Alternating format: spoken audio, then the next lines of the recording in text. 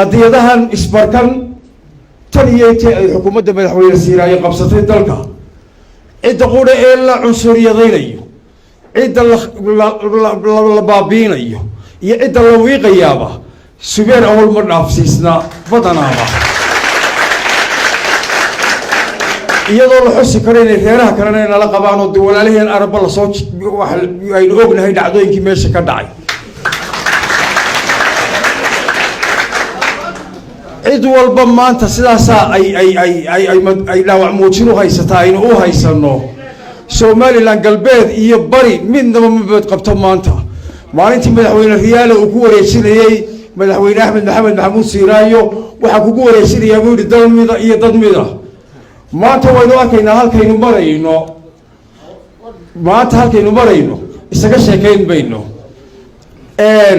run ahaantii waxa xusid mudan halka ka waxaynu ku cadaynaynaa haddaynu beesha subeera wallahi khaasatan maanta reerka Sacad Muuse halkan fadhiya Sacad Muuse ma kaco hadduu kacona ma fadhiisto hadduu kacona way adkaa